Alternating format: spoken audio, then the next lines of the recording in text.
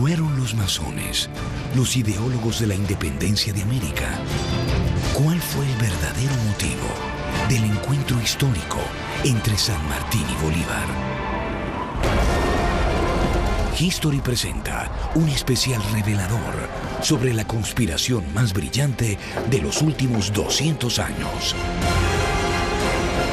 El complot de los masones. Estreno a continuación por History.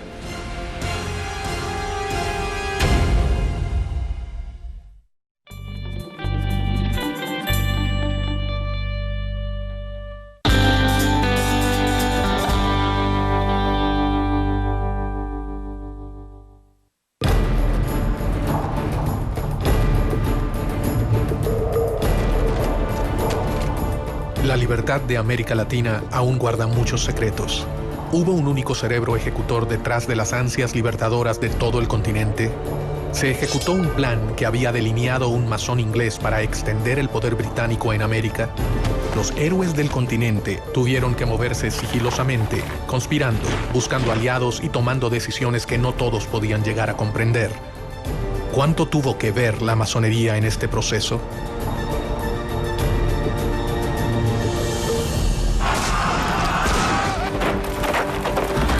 Los máximos libertadores de América, Simón Bolívar y José de San Martín, se reunieron una vez en su vida, a solas, a puertas cerradas en la ciudad de Guayaquil.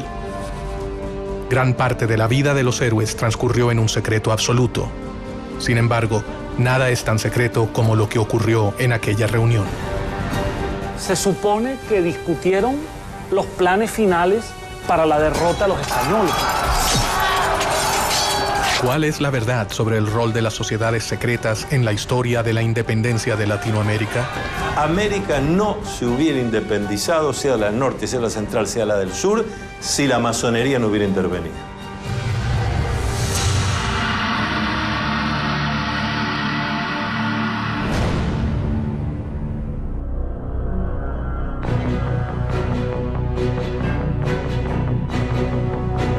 A lo largo de la historia, las sociedades secretas han manejado planes y alianzas ocultas para llevar a cabo sus objetivos. Archivos y documentos revelan una historia paralela al relato tradicional de la emancipación de América.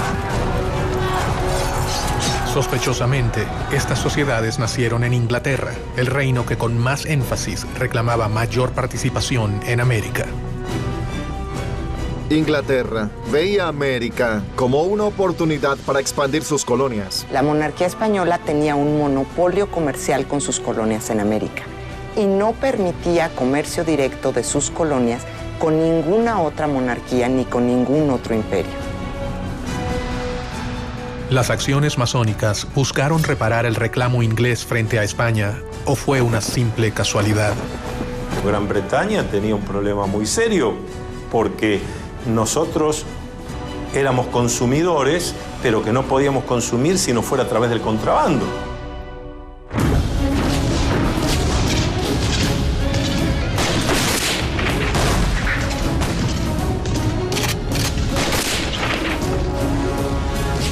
Después de las guerras napoleónicas, después de Waterloo, la economía inglesa está en una depresión y una recesión terrible, con altos niveles de desempleo, mucha disatisfacción, demostraciones populares, etc. Y la industria está como parada. Entonces, para Inglaterra, los puertos de las colonias españolas son extremadamente importantes.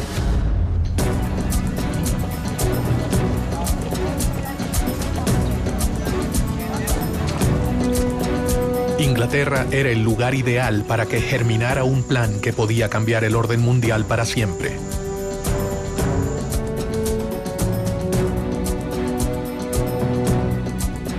En este contexto, un venezolano conspiró contra el orden establecido. Francisco de Miranda. Miranda se va a convertir prácticamente en el americano más universal de su tiempo, en el criollo de mayor visión universal y de mayor preparación.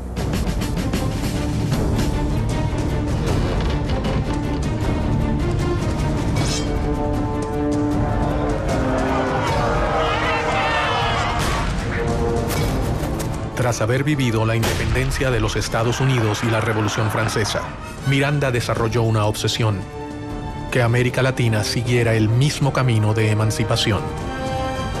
Él fue responsable de formar a los máximos líderes del continente, entre ellos a Simón Bolívar, José de San Martín y Bernardo de O'Higgins.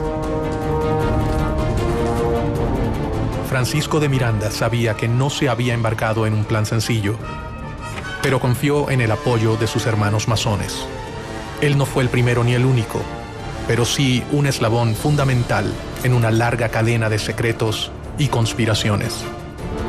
Si existió un gran plan masónico, como el que decía Barruel respecto a la Revolución Francesa, es difícil decir que había un gran plan masónico. Lo que sí había era que había muchos masones que adherían a los ideales de la Revolución Francesa y que querían traer esos ideales a América.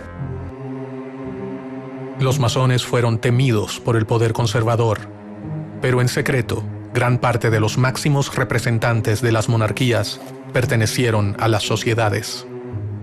Desde ministros hasta reyes han abrazado en privado las ideas que rechazaban y condenaban en público. Porque acuérdense que en todo el feudalismo, el rey o el señor feudal estaba allí, se decía, por indicación divina. Y las distintas iglesias aceptaban eso. La masonería nació mucho tiempo antes de que la Revolución Americana comenzara a gestarse. Sus primeros objetivos fueron muy diferentes a los que terminaron adoptando a lo largo de su historia. Esta sociedad de constructores de obras sacras se convierten en una sociedad civil. Es al mismo tiempo un centro de reunión para personas instruidas, para personas con un cierto nivel educativo, con una cierta preparación. Y esa sociedad civil es la solución de lo que fue la crisis del pensamiento europeo. Es un espacio para el diálogo y para el cuestionamiento de elementos que hasta entonces habían sido pilares indiscutibles del orden político y social. Hacia fines del 1500, las sociedades masónicas eran una verdadera amenaza para los detentores del poder conservador. La iglesia, el ejército y las monarquías perseguían sin tregua a los librepensadores.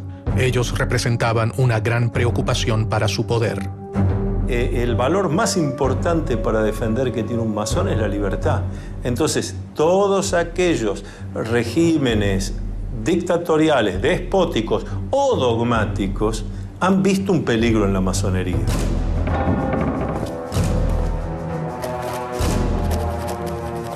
Clandestinamente, sin revelar sus verdaderas intenciones, los masones comenzaron a escalar posiciones en las estructuras tradicionales de poder.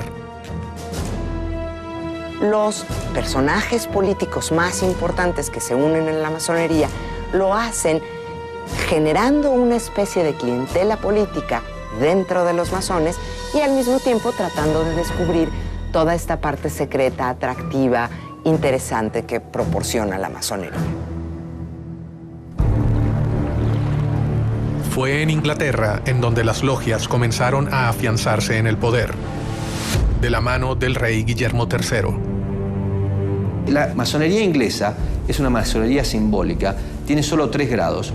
Y los masones ingleses son hombres honorables que no conspiran ni contra la religión ni contra el rey.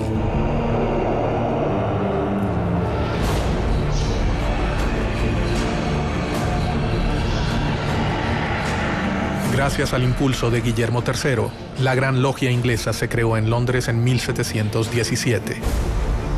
Ella sería fundamental para el resto de las sociedades. A partir de la Gran Logia Unida de Inglaterra aparece el libre y aceptado masón. Es decir, es el que se inicia en la orden, pero que ya no se va a ocupar de las construcciones externas, sino de una construcción interna, una construcción espiritual e intelectual. El poder de reclutamiento llegaría a niveles que los masones jamás habrían soñado. El rey inglés Guillermo III, fascinado por las nuevas ideas, se acercó personalmente a las sociedades masónicas y secretamente se unió a ellas. Se ha hecho mucha especulación sobre la condición masónica del rey. Realmente esa misma condición que de oficio, de gremio, de gremio artesanal que tenía la masonería operativa, se lleva al campo profesional de los ejércitos.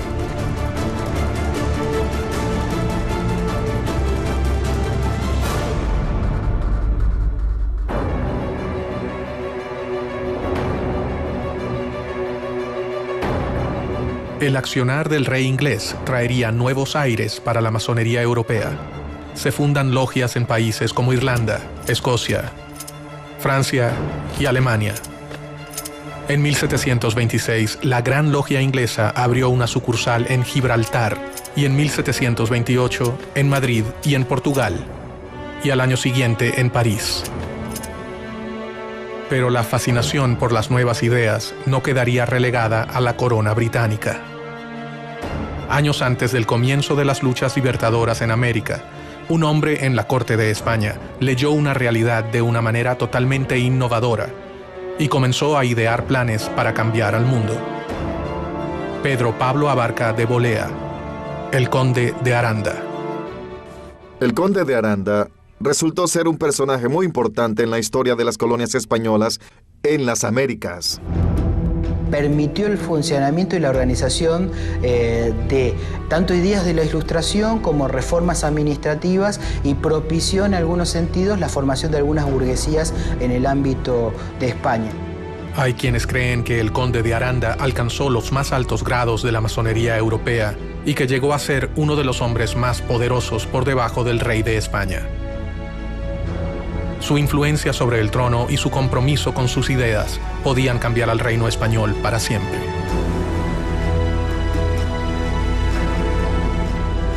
Con su consejo, es probable que hasta el propio rey Carlos III haya formado parte de la masonería española.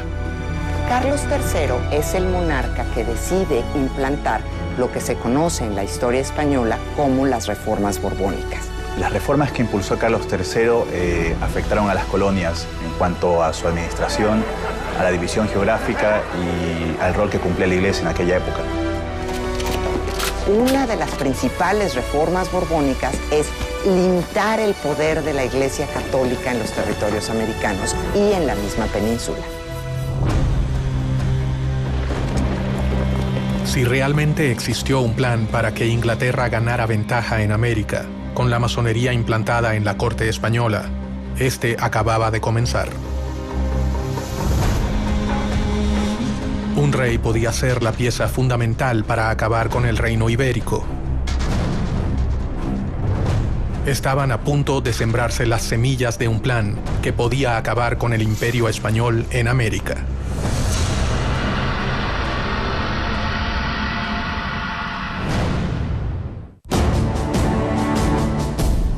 La masonería es una de las redes de sociedades secretas más importantes de la historia. Su organización cambió el rumbo de las relaciones entre América y Europa. Los grandes líderes de la independencia americana eran masones. Miranda, San Martín, Bolívar y O'Higgins fueron grandes maestros. ¿Qué intereses se ocultaban detrás de los planes masónicos? ¿Quiénes se beneficiaban?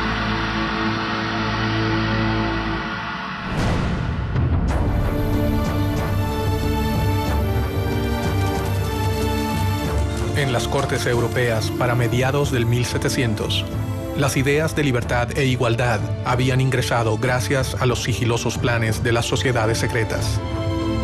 Y sus miembros debían moverse con mucho cuidado para sobrevivir. Habían sido víctimas de crueles persecuciones en Europa. La masonería ha sido objeto de persecuciones, lo extraordinaria. Sin duda alguna, la forma logial de organizarse se presta para que este tipo de institución haya sido vista con recelo. Dentro del trono, el hombre de mayor confianza del rey Carlos III era masón. El conde de Aranda había logrado que sus ideas influenciaran a la corona, pero si era descubierto, perdería, además de sus cargos, su vida.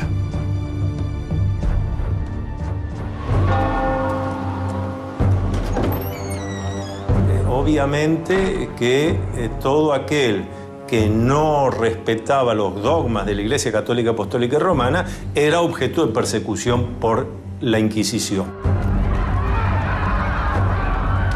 La Iglesia tenía para los masones, eso era las mismas causas de herejía o la podría ser hasta la hoguera.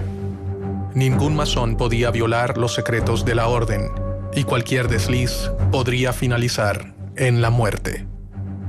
En masonería existe un juramento de conservar el secreto. Y aquel que viola ese secreto, en el ritual de iniciación y en el ritual del juramento, se afirma que será castigado cortándole la lengua, tirando sus cenizas al mar, en fin, una serie de castigos muy violentos que son, desde luego, de orden simbólico. El objetivo de esta enorme cadena de secretos no era proteger a la persona, sino al cargo que esa persona había conseguido para la orden.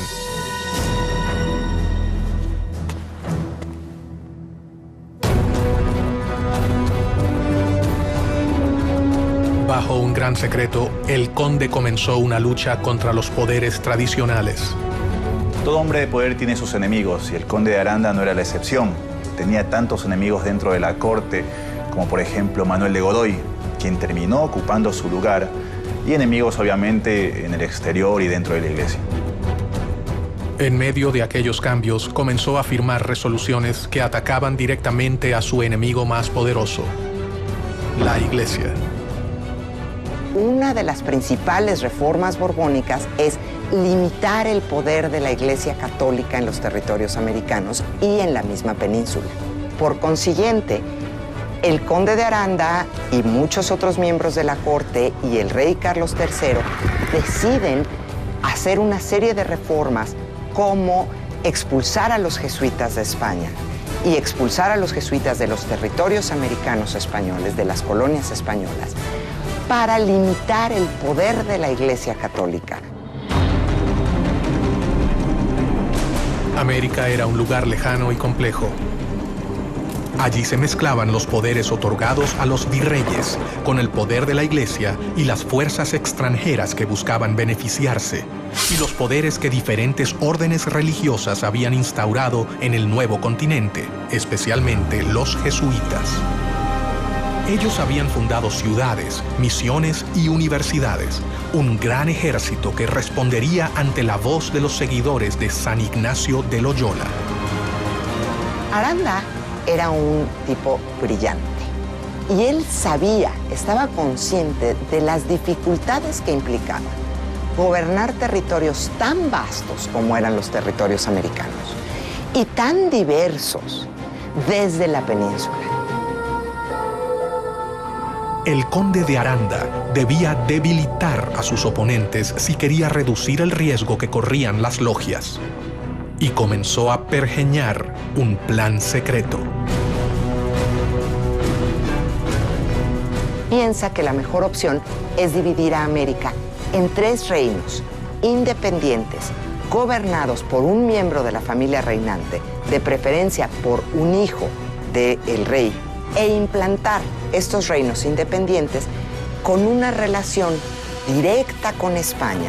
Esto era para tener una relación más fluida con respecto al comercio y para que las decisiones no tardaran meses en llegar, o inclusive años. ¿Cuáles eran los verdaderos planes de Aranda? ¿Fortalecer a un imperio español o liberar a América para que pudiera comerciar libremente con Inglaterra? Los principales agentes de la época eran ingleses o franceses. Por tanto, aprovecharse de la posición de poder a fin de alcanzar el objetivo no era para nada descabellado. Fueran cuales fueran las verdaderas intenciones del conde de Aranda, sus ideas tenían fuertes detractores. Debía minar el poder de sus adversarios para que sus planes pudieran concretarse.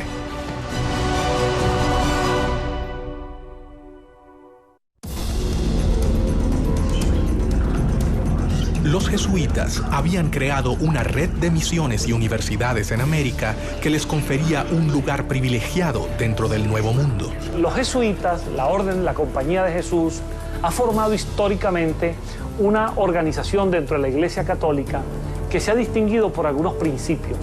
Es una orden religiosa con una especie de estructura jerárquica militar. La Compañía de Jesús se había arraigado con fuerza en las colonias españolas en América. Habían logrado organizar a los pueblos originarios y gozaba de respeto y apoyo. Ellos tendrían capacidad de reacción frente a cualquier intento de cambio.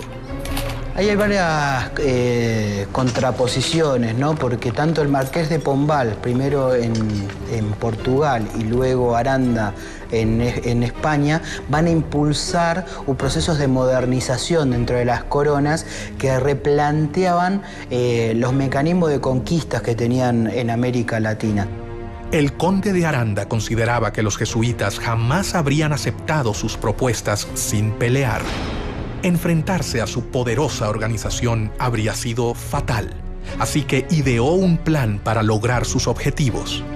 Y esta fue una de las causas para que los criollos empezaran a sentirse violentados por la corona española, pues sintieron que no se respetaba el papel de una institución que para ellos había sido siempre tan importante como era la Compañía de Jesús.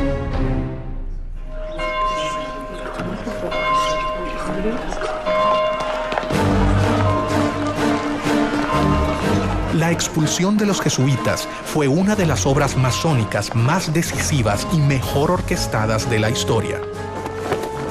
Un hecho que terminaría colaborando directamente con la independencia de las colonias americanas.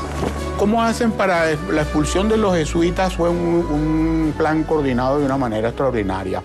Ellos mandaron a todos los lugares donde había una congregación jesuita y asignaron la fecha para abrir los sobres. El conde de Aranda, gestor de esta acción, asestaba así un certero golpe al corazón de la iglesia. El plan que comenzaba a delinearse acabaría con el poderío del reino español.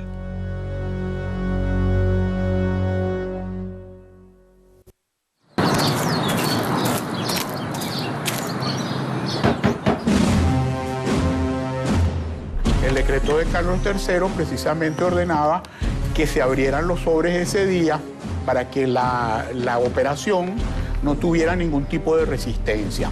Al decreto de decir se abren los sobres, entonces esa era la gran noticia, y la gran noticia era que iban a ser expulsados de América todos los jesuitas.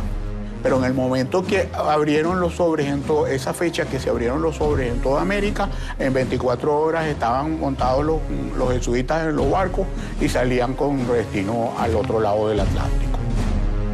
Aranda había sentado las bases para terminar con las colonias españolas en América. Sin embargo, él nunca se imaginó que su plan se pudiera volver contra su propio reino. ¿O si lo sabía y todo fue un plan británico para poder obtener ventajas en las colonias americanas?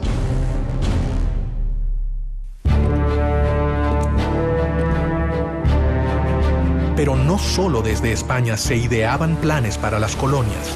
Inglaterra había enviado a sus posesiones en América a un importante masón que también tenía sus planes para el nuevo continente: Edward Trelawney. Él fue el gobernador británico de Jamaica entre 1738 y 1750 aproximadamente. A partir de 1739, en la isla de Jamaica, se instaló la primera filial de la Gran Logia de Inglaterra, una de las primeras al sur de Norteamérica.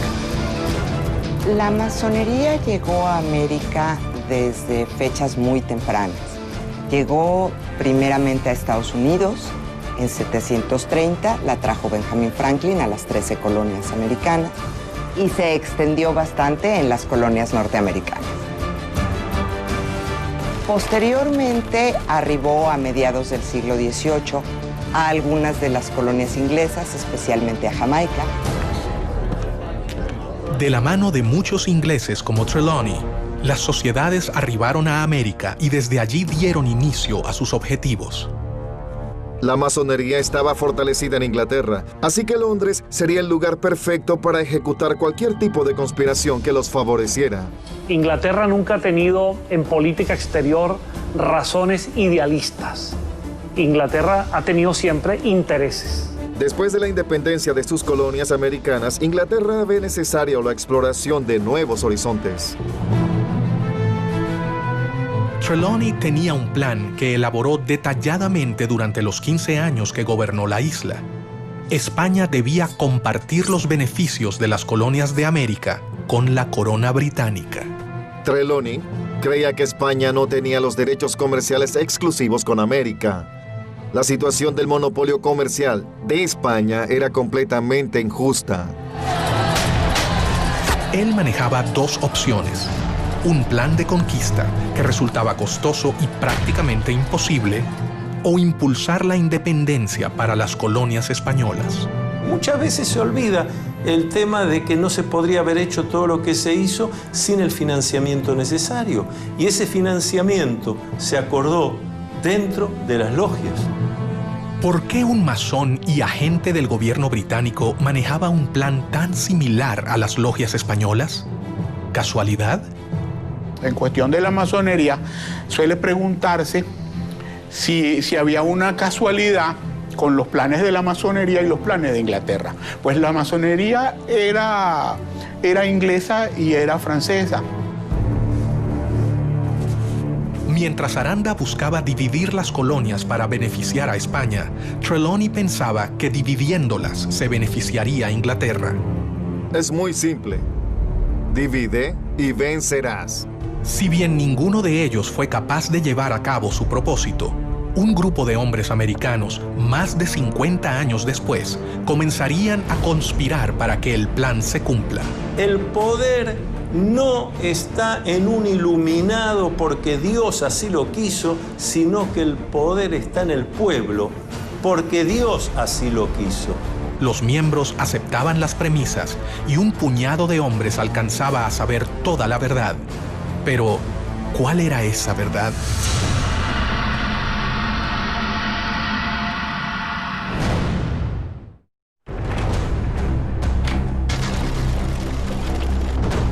Lentamente, las logias comenzaron a llegar a América Latina y los masones llevaban las primeras sociedades al nuevo continente.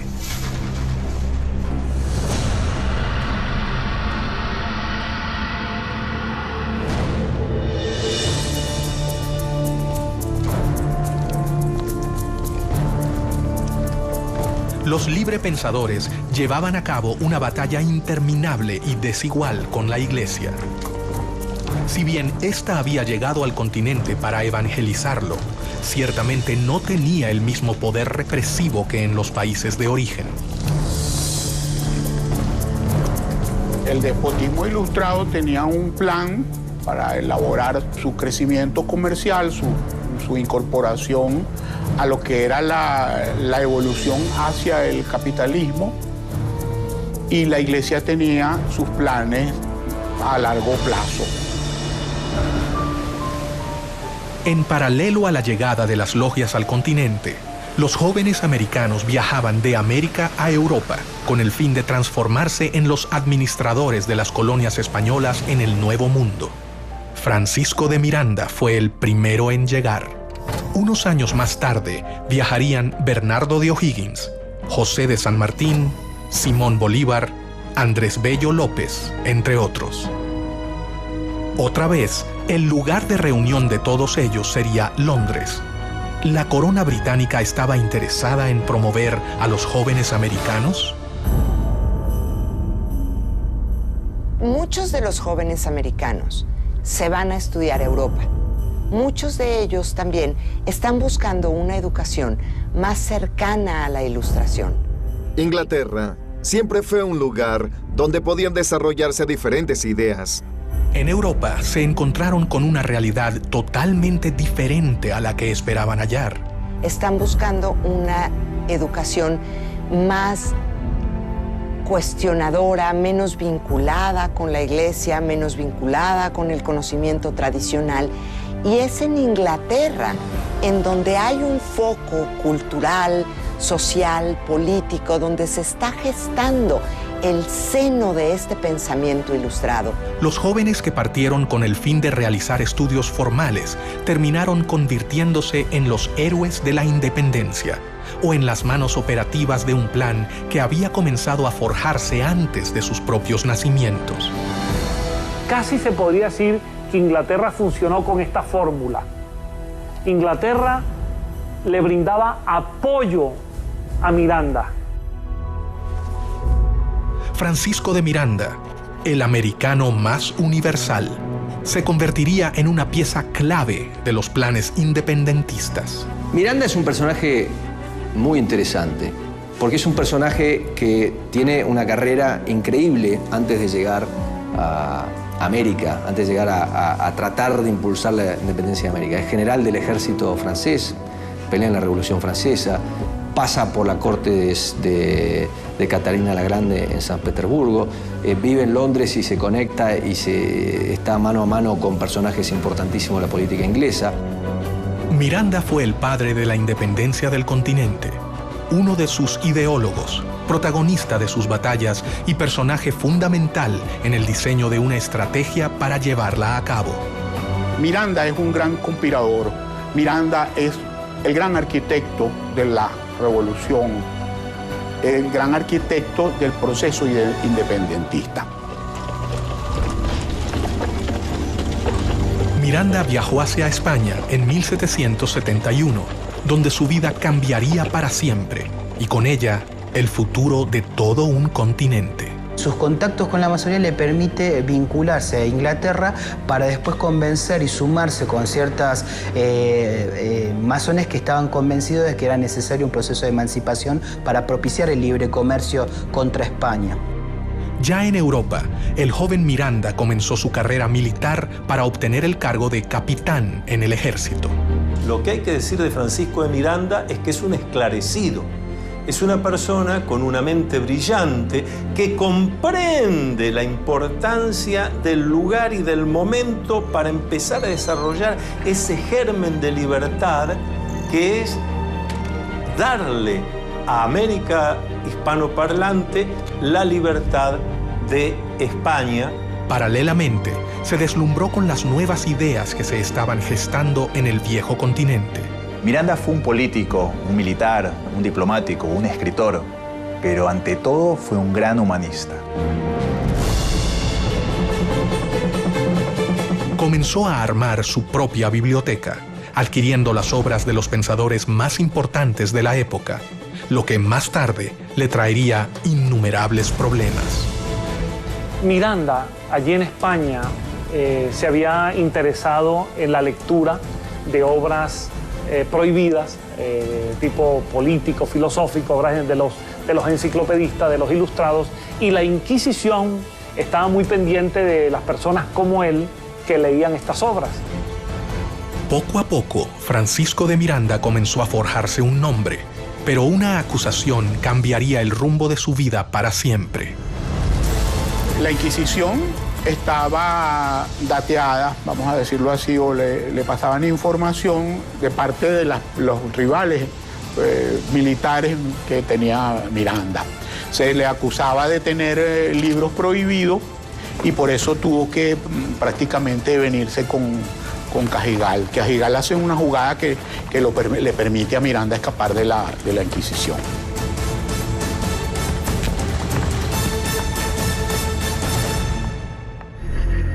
Y a partir de allí, Miranda es declarado prófugo de la justicia española, pasa a ser perseguido por España y obviamente, a medida que se van produciendo los acontecimientos, Miranda, cada vez la persecución de España es mayor.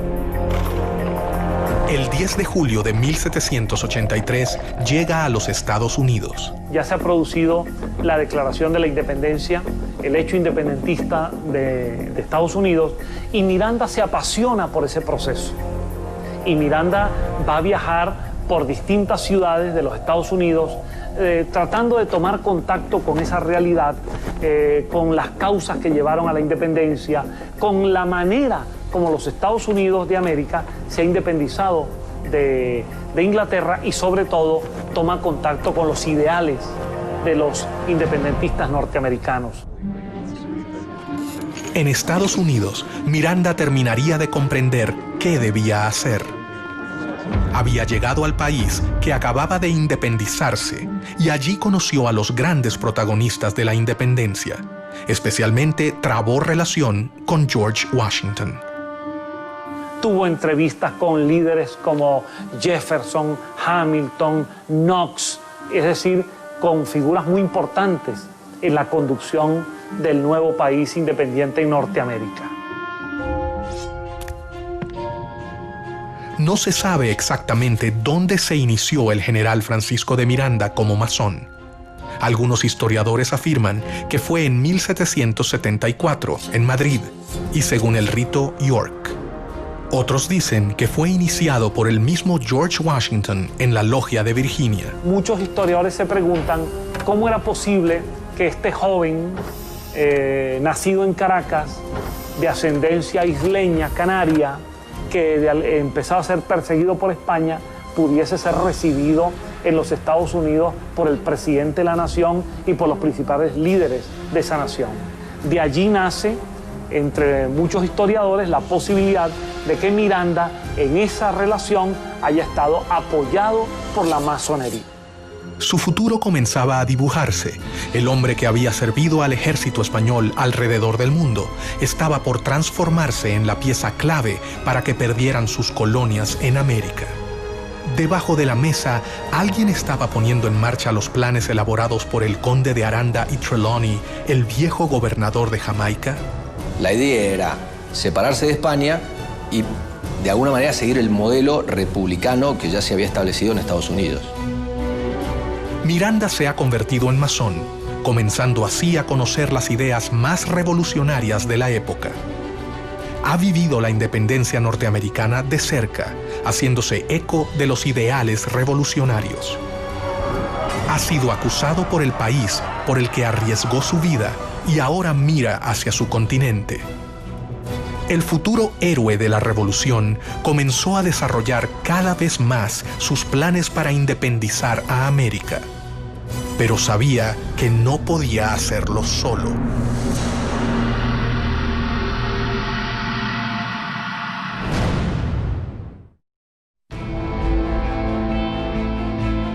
Francisco de Miranda fue un hombre inquieto, curioso. Sus múltiples misiones y su vida aventurera lo llevaron a convertirse en masón, donde sus ideas políticas cambiarían para siempre. Había estado en Estados Unidos apenas después de su liberación.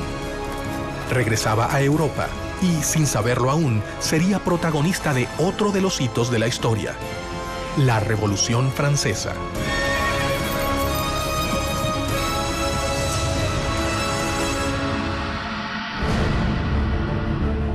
En su afán por independizar a América Latina de España, en diciembre de 1784, Miranda partió de Boston a Londres y de allí viajó por varios países de Europa. Su idea era conseguir el apoyo inglés para comenzar el proceso independentista de América Latina. En Londres, Miranda hallaría la tierra fértil que necesitaba para cumplir con su objetivo. Inglaterra había encontrado al hombre que finalmente los haría desembarcar en las colonias americanas. Miranda sí utilizó a Inglaterra, en el sentido de que Londres le sirvió de base de operaciones durante muchos años, en el sentido de que Pitt le dio algunos respaldos económicos indirectos, en el sentido de que hubo figuras del gobierno inglés que le apoyaron. Miranda decidió recorrer diferentes países europeos en búsqueda de apoyo para su plan. Y allí también, en las distintas logias europeas que Miranda visitó y en algunas de las cuales tuvo que estar bastante tiempo para convencer, para contestar preguntas, para ver cómo se podía hacer, para trabajar sobre mapas, etc. Allí también fue descubriendo quiénes eran los hermanos que tenía sentido que vinieran a América para ayudar, cuáles convenía que se quedaran allá y cuáles no se podía contar. En 1792 se encontraba en París, donde estaba en pleno desarrollo la Revolución Francesa. Sin dudarlo, Miranda decidió ponerse al servicio del gobierno revolucionario. Por segunda vez en su vida, se encontraba en contacto con ideales revolucionarios llevados a cabo por logias masónicas. Es que América dependía totalmente de lo que sucedía en Europa. América no tenía entidad política propia. América, para entender lo que pasaba en América, había que entender lo que pasaba en Europa. Y hasta 1815 Europa tiene una figura central que es Napoleón. Entonces, volviendo a la masonería, hay dos países donde la masonería tiene una importantísima influencia: Estados Unidos y Francia.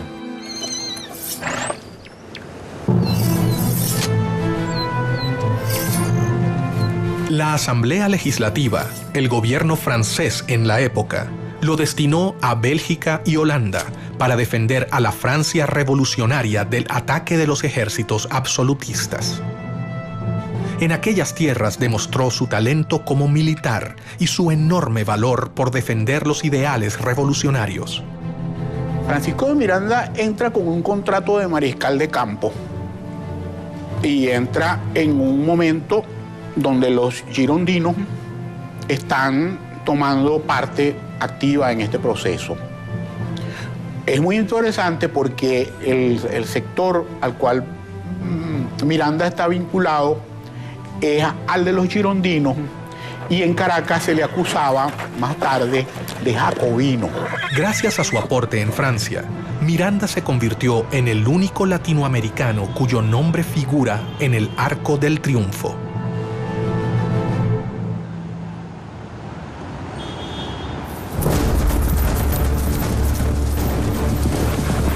Miranda era un enemigo de España. Londres era su aliada. Allí sabían que él era la persona indicada para llevar a cabo el plan que desarrolló Edward Trelawney. Los británicos están desarrollando su mercado. Los británicos se están convirtiendo en dueños de los mares. Por supuesto que les interesa, como dicen en buen criollo, en lenguaje popular, serrucharle el piso a su principal rival, que es España. Entonces esas coincidencias van a encontrarse a lo largo del camino. Desde el siglo XVI, Inglaterra ha estado esperando la oportunidad de poder inmiscuirse en la vida de las colonias, y todo hacía creer que estaban a punto de lograrlo. Durante su estadía en Londres, en 1797, Miranda fundó la Sociedad Patriótica Revolucionaria, Gran Reunión Americana, también conocida como los Caballeros Racionales, de la que fue Gran Maestro. Esta Gran Reunión Americana fue fundada por Francisco de Miranda, un venezolano, y que la fundó con el apoyo de la Gran Logia de Londres. Era una organización de corte estrictamente política que tenía como objetivo lograr las independencias de los dominios españoles en América. Entonces, toda esta narrativa de alguna manera vincula a Inglaterra con la independencia de las colonias españolas. La logia se reunía en su propia casa en Grafton Street 27. Allí comenzó a congregar a los jóvenes americanos que llegaban a Europa. Miranda había tejido una red epistolaria. Bueno, el trabajo de Francisco de Miranda es el trabajo de alguien que se empeña en difundir, y difundir como se hacía en aquella época, escribiendo cartas, dando conferencias a muy pocos, hablando cara a cara con unos y con otros, porque no había medios de difusión masiva. En estas reuniones comienza a preparar su plan más oculto. Estaba dispuesto a ofrecer su vida por la libertad de su continente y pensaba que un gran número de americanos seguirá su camino. La masonería le había enseñado el modo más seguro y efectivo de que sus planes llegaran a concretarse. La Gran Reunión Americana fue la simiente de una serie de agrupaciones que se establecieron por toda España, después en Sudamérica, en Nueva España e incluso en Estados Unidos y en Londres. En su propia casa, Miranda comenzó a seleccionar a los jóvenes que participarían de su logia. Lo que Miranda organiza en Londres es una reunión de hombres que se instruían, generalmente eran hispanoamericanos o españoles, que eran instruidos por Miranda exactamente en la causa de la independencia de América. Cada uno de ellos llegó de los puntos más remotos de América. Sus exigencias eran grandes y esperaba que solo los jóvenes valerosos lo aceptaran. Los candidatos a iniciarse en la masonería, por lo general, son personas que viven en un lugar y que pueden asistir a las tenidas regularmente durante un tiempo indefinido. A diferencia del conde de Aranda, Miranda contaba entre sus tropas con una gran cantidad de jesuitas, alrededor de 300.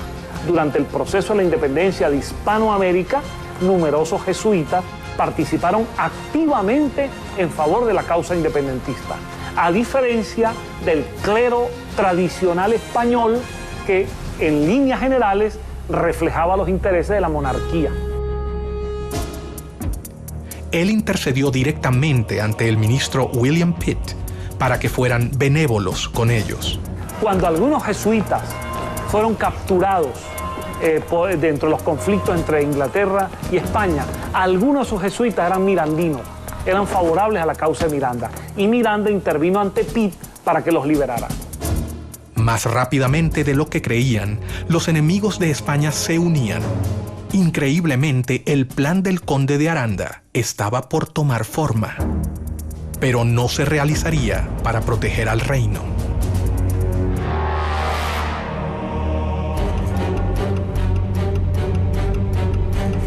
Francisco de Miranda sabía que la elección de los postulantes sería determinante para sus planes. Ellos tenían que ser líderes, comprometidos, fuertes y por sobre todo tenían que abrazar su causa y la masonería. No podía exponerse a que sus planes quedaran expuestos. Miranda había redactado un juramento, tal cual se hace en las logias masónicas. Un juramento al estilo de Miranda, porque era un juramento para que aquel hombre se comprometiera a trabajar incansablemente por la independencia de América. Mucho secreto, valor y constancia son la égida que os escudará de los brazos de los tiranos, decía Miranda a sus adeptos. No ha podido establecerse la fecha ni el lugar en los que Miranda se inició en la masonería, aunque no existen dudas de su condición de masón.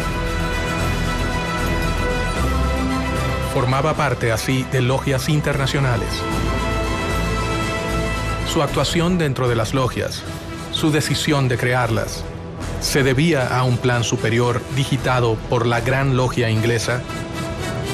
¿A quién respondía Miranda?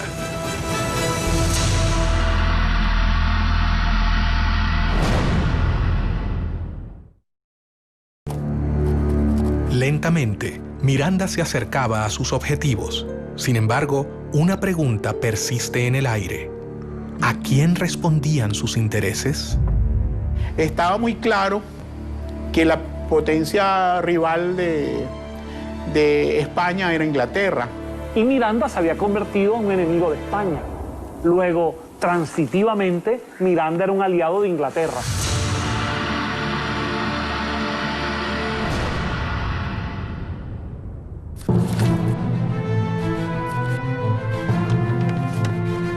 Casualidad o no, el plan elaborado por Miranda y las logias parecía responder palmo a palmo al plan creado cerca de medio siglo antes por otro masón, perteneciente a la Gran Logia de Inglaterra, el gobernador de Jamaica, Edward Trelawney. Si bien se parecen en cuanto al rol del comercio en América y en cuanto a quién sería el más beneficiado, divergen con respecto a su finalidad. A diferencia de Trelawney y del conde de Aranda, Miranda puso en práctica lo que otros solo habían pensado. Es una época en la que se está dando una transición de un mundo constituido por instituciones, de una sociedad corporativa a una sociedad más individual. Para organizar sus filas, Miranda decidió no incluir hombres mayores de 40 años. El venezolano confiaba en que los jóvenes serían quienes lo ayudarían a culminar su plan. La inteligencia de Miranda lo llevó a comprender que para ciertas cosas necesitaba contar con lo que nosotros llamamos los ancianos sabios. Contactos políticos, diplomáticos, financieros. Pero para la ejecución concreta de la obra, lo que llamamos en masonería los grupos de masonería operativos, donde hay que ir a hacer cosas concretas, había que entusiasmar a la juventud.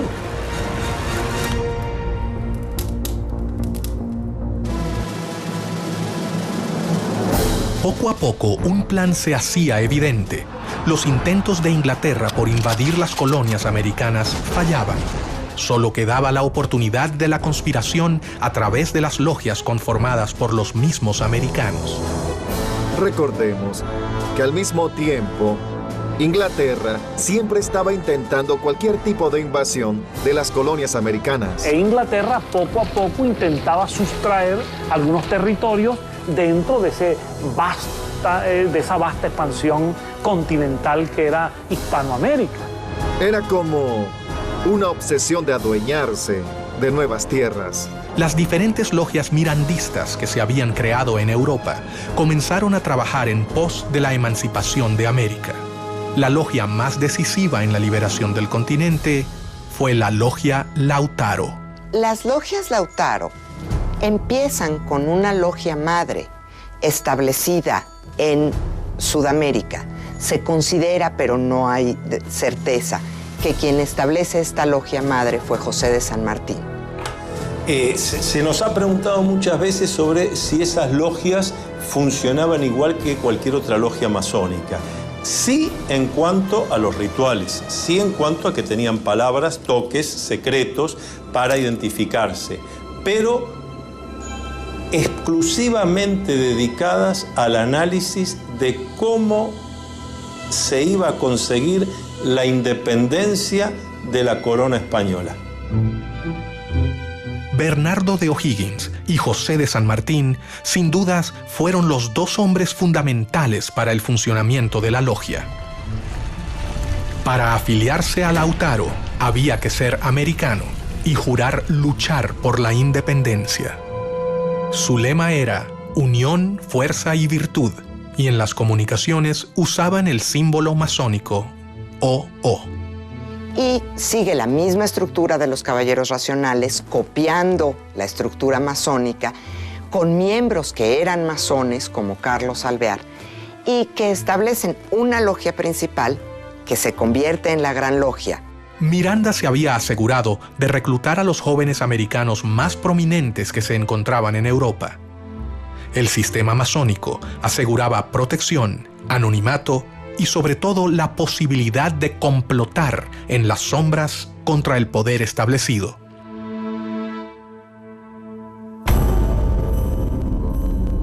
Mientras que las logias se afianzaban en América, sus líderes debían tomar las precauciones necesarias para proteger a sus miembros.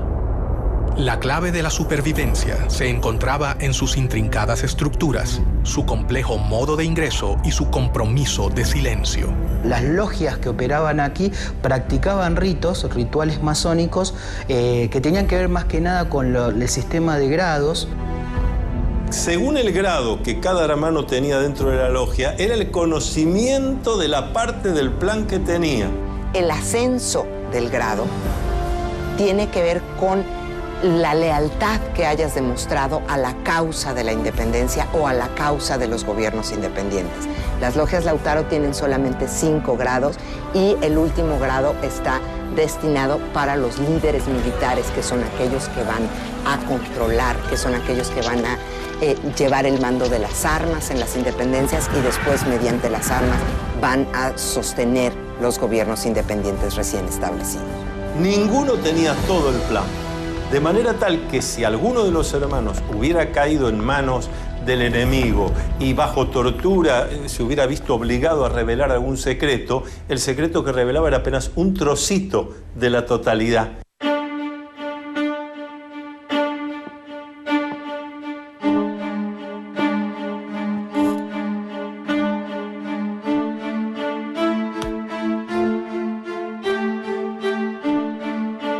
La iniciación es una serie de situaciones que va a atravesar el candidato, donde se va a enfrentar con cosas que le dan miedo, porque el miedo está para ser enfrentado.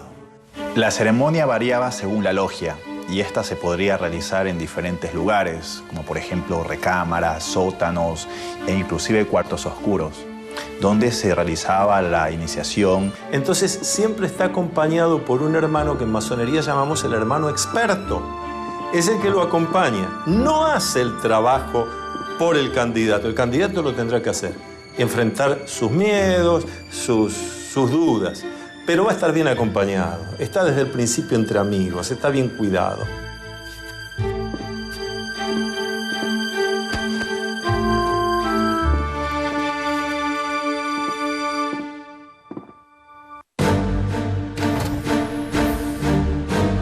Uno de los primeros en unirse a la logia fue Bernardo de O'Higgins. O'Higgins era hijo natural de Ambrosio O'Higgins, virrey del Perú. José de San Martín, O'Higgins, Simón Bolívar y tantos otros masones han recibido la influencia de Miranda de una manera muy concreta, muy positiva, porque son los que después llevan a la práctica con las armas la posibilidad de lograr países democráticos en América. A los 15 años fue enviado a estudiar a Londres y allí conoció a Miranda.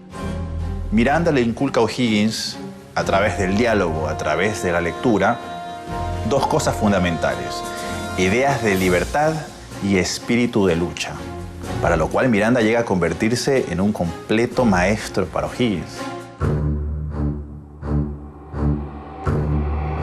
En 1801, Miranda le encomendó a O'Higgins que fundara una logia Lautaro de caballeros racionales en Cádiz. Hay 3 documentos importantes sobre la Sociedad de Caballeros Racionales y esos documentos de alguna manera nos dan algunas pautas de lo que pudo haber sido esta sociedad, qué vinculación tuvo con la masonería y qué vinculación tuvo con la logia Lautaro. Miranda le escribió un texto que concluía: «Leed este papel todos los días durante vuestra navegación y destruidlo enseguida. No olvidéis ni la Inquisición, ni sus espías, ni sus sótanos, ni sus suplicios». En logias como las lautarinas, los secretos eran más imprescindibles, porque ahí había una guerra. Entonces, en medio de una guerra había necesarios los secretos, la inteligencia, la contrainteligencia. La logia comenzaba a convocar a los jóvenes más prometedores del continente, quienes estaban unidos entre sí por un lazo mucho más grande que el de la voluntad política. Ellos compartían todo un sistema secreto de fraternidad y solidaridad que habían comenzado a completar con un solo objetivo: terminar el dominio español en el continente.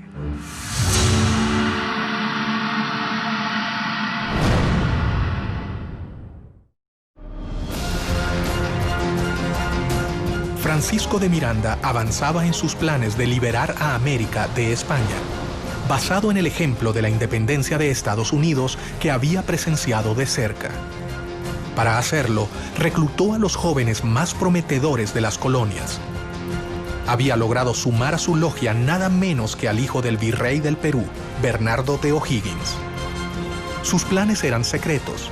Pocos sabían cuáles eran sus intenciones. Las verdades de la logia solo eran reveladas en los cargos más altos.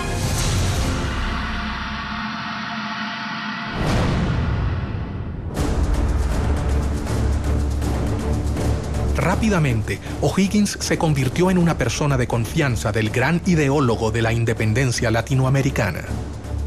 En una de las tertulias que solían compartir, Bernardo le narró la historia del cacique Lautaro. Miranda, inspirado en su vida, bautizó así su logia. Se llamaban Lautaro en homenaje a un cacique de un pueblo originario de nombre Lautaro que había combatido y había muerto peleando contra el ejército español del rey. Entre los amigos de Miranda se encontraba su compatriota Juan Bolívar, el padre de Don Simón, a quien conocería en el primer viaje que éste realizó a Europa. Una relación compleja, no una relación fácil. Vamos a ubicarnos históricamente. Miranda nace en Caracas en 1750. Bolívar nace en Caracas en 1783. Cuando Bolívar está naciendo en Caracas, Miranda está en los Estados Unidos, concibiendo a sus 33 años toda la relación de conocimiento de la independencia de los Estados Unidos y proyectando su lucha independentista en América. De modo que la diferencia de 33 años es muy significativa para entender la relación entre estos dos gigantes de la independencia americana. Bolívar llegó a Cádiz en 1803 y rápidamente fue admitido en la sucursal de la Gran Logia Americana, la Sociedad de Caballeros Racionales. Mientras que sus seguidores comenzaban a prepararse en Europa, Miranda decidió intentar realizar la primera revolución. El objetivo sería su país natal, Venezuela. Se habla de un intento fallido, una intentona de golpista incluso de Francisco de Miranda en Coro y en Ocumare. Esto es una historia muy interesante porque ahí hay un inicio de la independencia. Para ello, primero viajó a New York. En los Estados Unidos, él concibe una expedición con la cual invadir las costas venezolanas y él pensaba que desde allí se iba a incendiar la pradera, se iba a lograr que los pobladores lo vieran a él como un redentor, como un liberador y a partir de allí se iba a producir un estallido de independencia en Venezuela y en el continente. En febrero de 1806 partió rumbo a Venezuela con 3 barcos, uno de ellos llamado Leandro, por su hijo. La guerra había comenzado. Esos 3 barcos que él arma, antes que él termine de armarlo, ya la comunicación de Estados Unidos a España y de España a las colonias había llegado. Pero la primera expedición se frustraría antes de su inicio. Primero, desembarca en Ocumare de la Costa, 1806, y es repelido, es descubierto por los españoles y las embarcaciones en que él venía son cañoneadas. Pero ¿qué pasa con Miranda en el 58 Grafton Way? Él regresa con su esposa, la madre de Leandro, Miranda, que después fue presidente del Banco Inglés en Venezuela años más tarde. Si eso le dice algo, bueno, yo lo dejo allí con esa interrogante. Y él logra huir en el Leander, logra huir y refugiarse en las Antillas, pero las otras 2 embarcaciones terminan siendo apresadas por los españoles e incluso son ahorcados la mayor parte de los que venían como tripulantes y como guerreros en esas embarcaciones. Pero el hecho es que él sigue pensando en que el momento de la independencia de América ha de cuajar en algún momento. Y va a comenzar el periodo londinense en que Miranda concibe la lucha por la independencia desde Londres de otra manera. Lo primero que hace es fundar un periódico, El Colombiano. De modo que Miranda, además de un gran memorialista, Miranda se convierte en un pionero del periodismo también.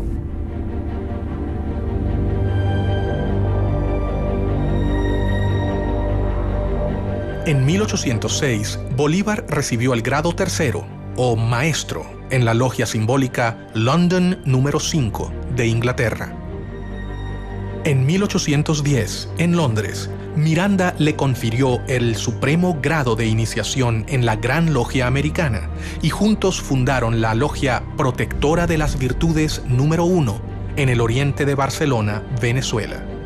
Bolívar estaba totalmente convencido de que todos debían dar su vida por la causa americana. Simón Bolívar también va a ser una figura clave en el proceso emancipatorio del norte y de hecho también después va a tener contraposiciones y discusiones con los masones porque va a terminar prohibiendo el funcionamiento de la masonería en Colombia, sabiendo que después también los masones podían conspirar contra él.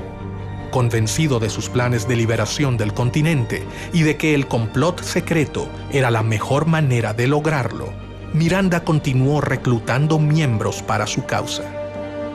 Uno de ellos fue José de San Martín, gestor de la independencia de Argentina, Chile y Perú. San Martín llegó a Londres 10 años después de que partiera O'Higgins. Algunos historiadores señalan que el paso de San Martín por Inglaterra es muy significativo, porque es precisamente allí en donde él se reúne con intelectuales, con políticos, para discutir el tema de la independencia de las colonias. Durante la campaña había conocido a Lord Macduff, un noble escocés que lo introdujo en el mundo masón en general y en la causa americana impulsada por Miranda.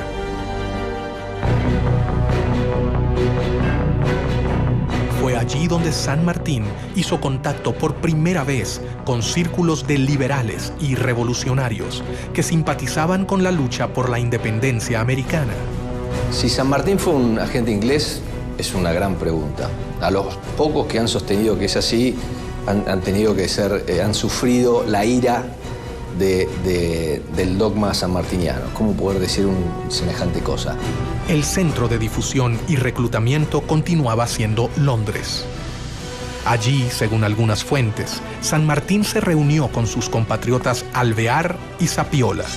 ¿Por qué razón San Martín se incorpora a esta logia? Es otro de los grandes misterios.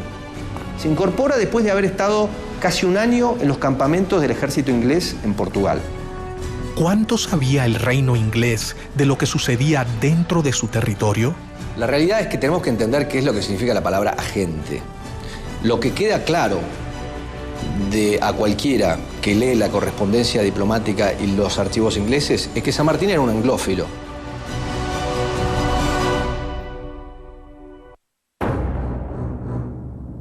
Miranda sabía que había logrado dar el primer paso. Las logias en Europa se fortalecieron y sus miembros estaban totalmente convencidos de la necesidad de la independencia. El siguiente paso era mucho más arriesgado. Se debían fundar filiales en el continente americano. Se establece una gran logia principal que se considera la logia madre y después se van estableciendo logias y grandes logias por todos los territorios sudamericanos y se vuelve la estructura en la que se apoyan estos líderes para atraer partidarios, para agrupar en esas logias a todos los que están buscando las independencias hispanoamericanas y una vez que se consiguen, para endoctrinar en los nuevos principios republicanos, liberales, a los que van a ser los líderes, los directores, los gobernadores de los nuevos países hispanoamericanos que se establecerán inmediatamente después de la consecución de las independencias. Miranda había logrado reclutar a los hombres más prometedores. Su plan estaba en marcha, pero el poder de España era superior a la resistencia que podían brindarle los futuros ejércitos revolucionarios. La realidad es que era una conspiración lo que querían los caballeros racionales, porque de alguna manera estaban conspirando contra el rey de España, porque querían implantar en América la independencia y la Constitución. Y eso era anatema para el sistema monárquico. Los viajes de formación de los jóvenes latinoamericanos en Europa tocaban su fin. Tras haber concluido sus estudios militares y haberse formado en las ideas del humanismo, los futuros administradores de las colonias volvían a sus hogares, pero no regresaban con la idea de mantener la administración colonial. Ellos regresaban con un nuevo objetivo: liberar a sus tierras de España. Miranda lo había logrado. Una compleja red de sociedades se había formado a lo largo de todo el continente. La independencia latinoamericana estaba en camino.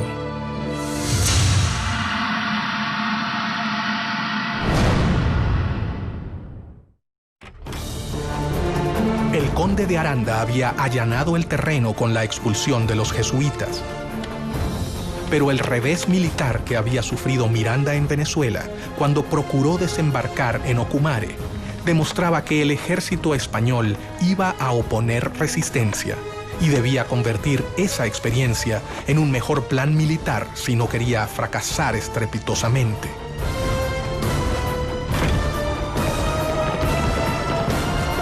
La Francia post-revolucionaria iba a crear una ventana de oportunidad única. ¿Estarían Miranda, San Martín, Bolívar y O'Higgins a la altura del desafío?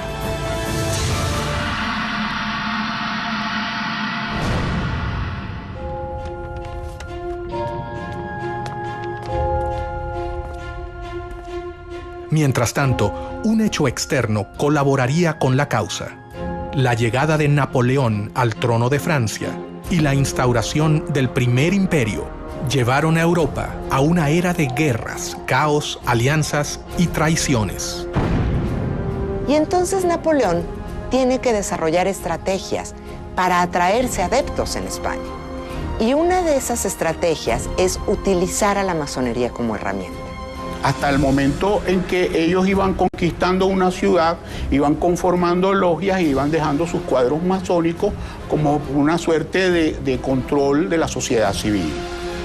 Las fuerzas napoleónicas contaron con una serie de victorias iniciales que llevaron a la abdicación del rey español en Bayona, Carlos IV, quien se vio obligado a renunciar en favor de su hijo Fernando VII.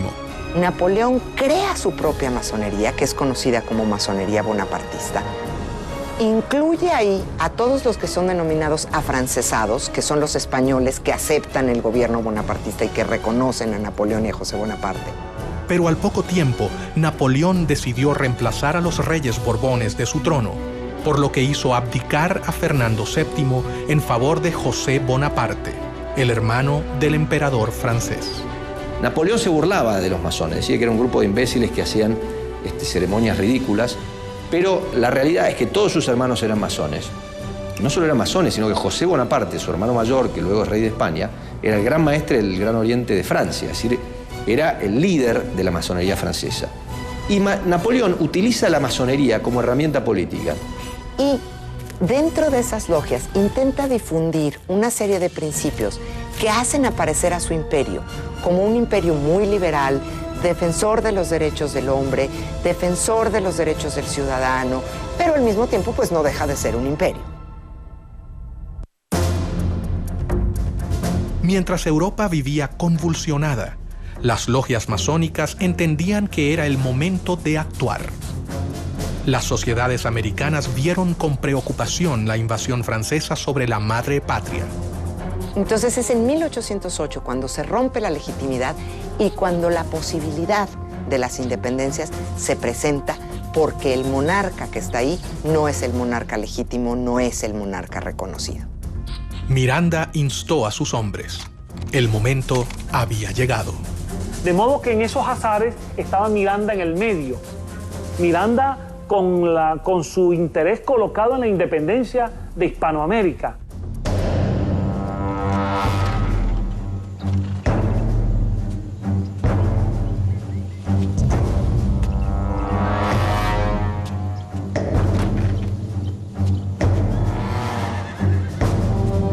La primera logia masónica mexicana se creó en 1804, a principios de la lucha por la independencia en Ciudad de México, en la calle de las Ratas, número 8.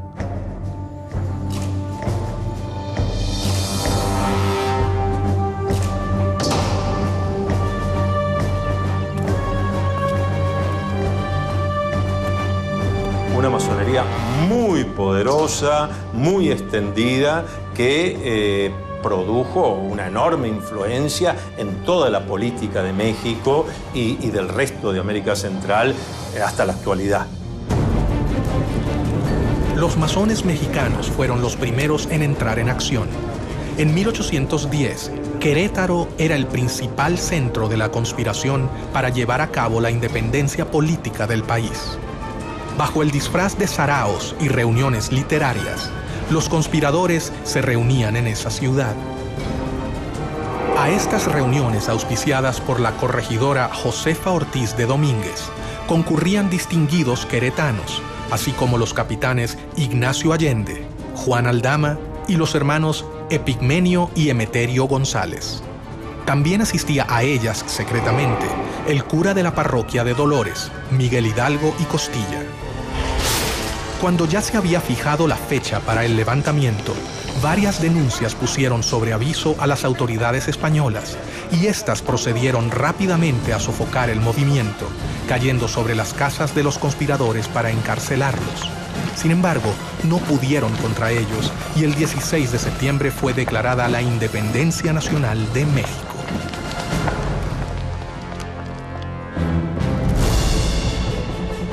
Bolívar y Miranda se reunieron en Londres, dispuestos a no posponer más sus planes independentistas.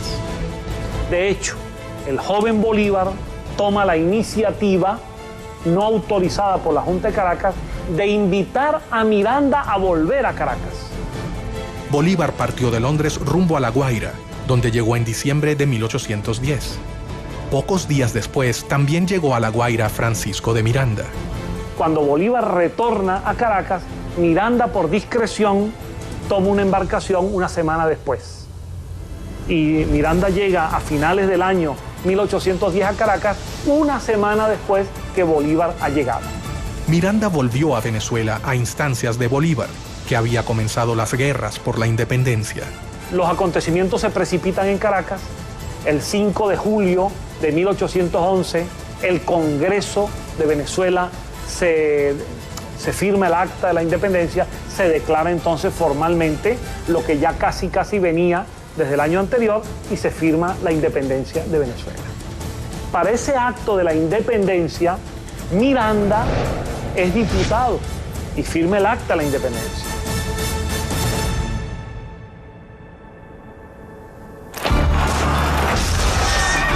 Miranda fue nombrado generalísimo del ejército venezolano, pero tras una serie de reveses militares, tuvo que capitular. Una de las causas que han forzado a Miranda a capitular es la pérdida de Puerto Cabello, que era la primera plaza militar de Venezuela. ¿Y quién estaba al frente de la plaza de Puerto Cabello? El coronel Simón Bolívar. Miranda y otros 400 patriotas a los que al capitular se les había prometido la posibilidad de exiliarse, fueron apresados. Fue tomado prisionero por un grupo de oficiales venezolanos, entre ellos Simón Bolívar. Y cuando ve a Bolívar, a Miguel Peña y a otros más que lo estaban deteniendo, Miranda exclama en una de las frases que más ha marcado el destino venezolano, una frase dramática hasta el día de hoy. Miranda dice: bochinche, bochinche. Este pueblo lo único que sabe hacer es bochinche. Y finalmente Bolívar es un agente histórico de aquellos que lamentablemente intervinieron para que Miranda fuese detenido. En mi opinión, un verdadero lunar en la historia de Simón Bolívar, la detención de Miranda. Las revoluciones habían comenzado. Los resultados hasta el momento eran confusos. El plan había sido preparado paciente y ordenadamente. Los masones no podían contar con un mejor contexto para ejecutar sus planes de independencia. América era un reguero de pólvora que quedaba a 10.000 kilómetros de la metrópoli que la dominaba desde hacía casi 3 siglos. De hecho, las logias masónicas permitieron resguardar este funcionamiento para permitir organizar y libertar a América dentro de un gobierno que era opresivo. Los masones habían cambiado definitivamente los libros y sus reuniones por las armas. Era el momento de la acción.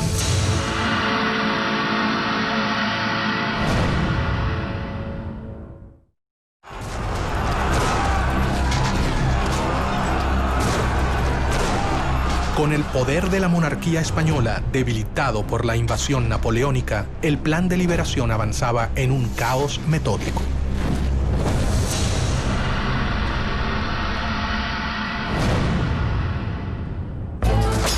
Dos caudillos se destacan en los ejércitos libertadores, 2 discípulos de Francisco de Miranda, José de San Martín, quien desde el Río de la Plata sube hacia el norte, y Simón Bolívar, que lleva la revolución en sentido inverso, desde Venezuela.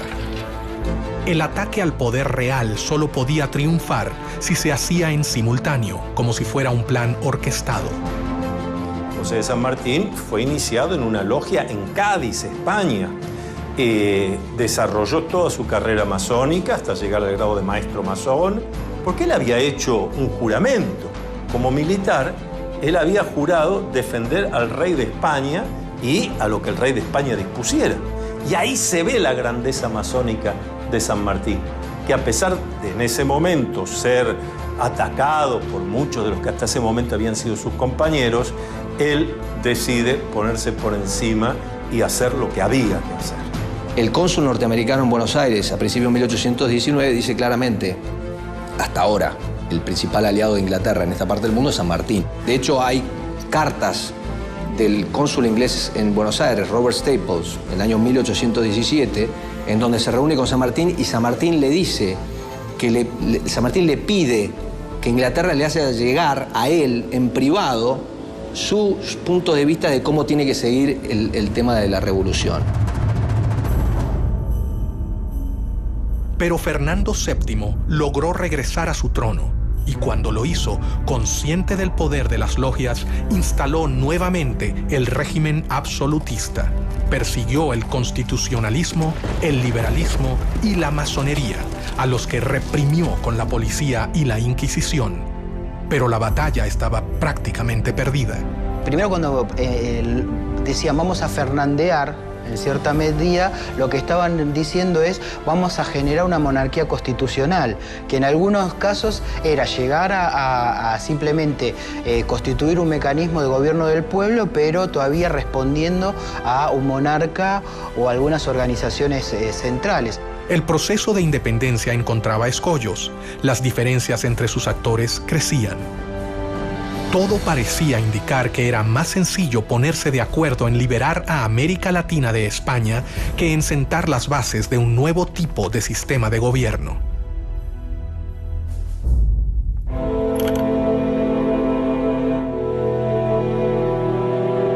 Mientras sus hombres cumplían un sueño de más de 100 años de espera, Miranda fue trasladado a España y murió en una cárcel antes de que la emancipación finalizase. El venezolano murió solo, pero sus ideas ya parecían ser realidad.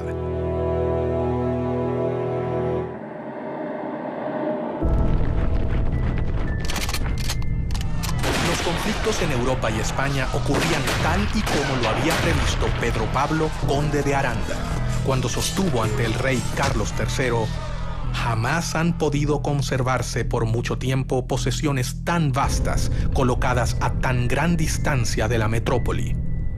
Sin embargo, no se transformaban en reinos leales al imperio español.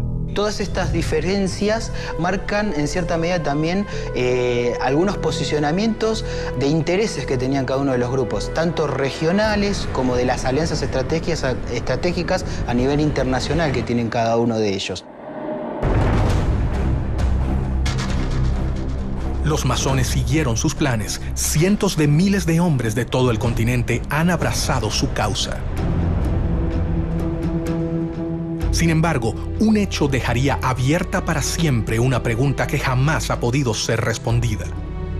El 26 de julio de 1822, en medio de las batallas, los dos generales, Bolívar y San Martín, realizaron una reunión a solas en la ciudad de Guayaquil. Era evidente, era necesario que se reuniesen los dos grandes libertadores, Bolívar y San Martín, que hasta ese momento no se conocían personalmente. Este va a ser su primer y único encuentro en 1822. Ellos conversaron y esas palabras que nadie jamás supo cambiarán la historia del continente. ¿Qué ha pasado ahí? ¿Qué ocurrió? Se ha especulado mucho, pero no lo sabemos. Pero no lo sabemos precisamente porque como buenos masones conocían todos los secretos y algo los lleva a tomar esas decisiones. Bajo una de las versiones más popularizadas, por ejemplo, en la Argentina, la influencia inglesa fue bastante nefasta y de alguna manera impidió que San Martín terminara su tarea liberadora y que de alguna manera lo forzó a retirarse de América en su entrevista con Bolívar. Tras conversar a solas, los hombres se despidieron. Pero al salir, la realidad había cambiado. Bolívar finalizaría la gesta independentista. San Martín se retiraría a Europa. Yo no sé si San Martín era un agente inglés. Lo que sí sé es que San Martín era un hombre que tenía convicciones políticas muy conservadoras que era conveniente para Inglaterra. ¿Tuvo algo que ver Inglaterra en esta reunión? El hecho es que los historiadores, algunos historiadores, han registrado que el propio saludo que se dan San Martín y Bolívar al conocerse en Guayaquil es un saludo típicamente masónico.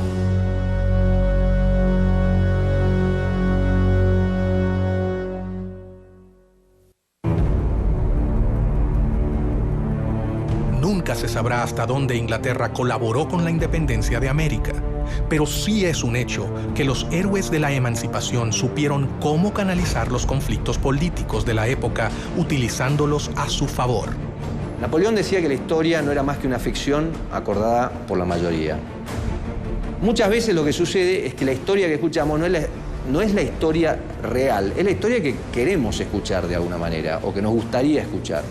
Entonces, con la masonería siempre hay un tema, porque en la explicación o en la versión oficial de la historia de la Gran Reunión Americana, inevitablemente se vincula la Gran Reunión Americana con Inglaterra y a Inglaterra, a su vez, con el proceso de la independencia. El plan de Trelawney, la recomendación del conde de Aranda y el sueño de Miranda lograba ser concretado por estos jóvenes que cumplieron con sus promesas hasta el final: liberar al continente americano. Yo te puedo decir que la independencia de toda América, América del Norte, América Central y América del Sur, es el resultado del trabajo de los masones en sus logias y de un plan masónico universal.